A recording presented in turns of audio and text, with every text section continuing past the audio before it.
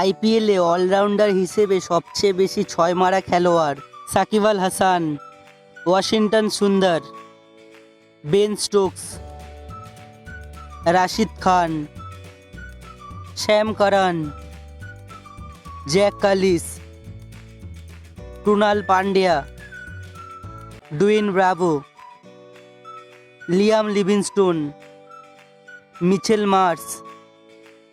Riyan Parag, Axar Patel, Abhishek Sharma, Marcus Stoinis, Sunil Narine, Ravindra Jadeja, Shivam Dube, Hardik Pandya, Yuvraj Singh, Yusuf Pathan, Glenn Maxwell, Shane Watson, Kieron Pollard, Andre Rasel.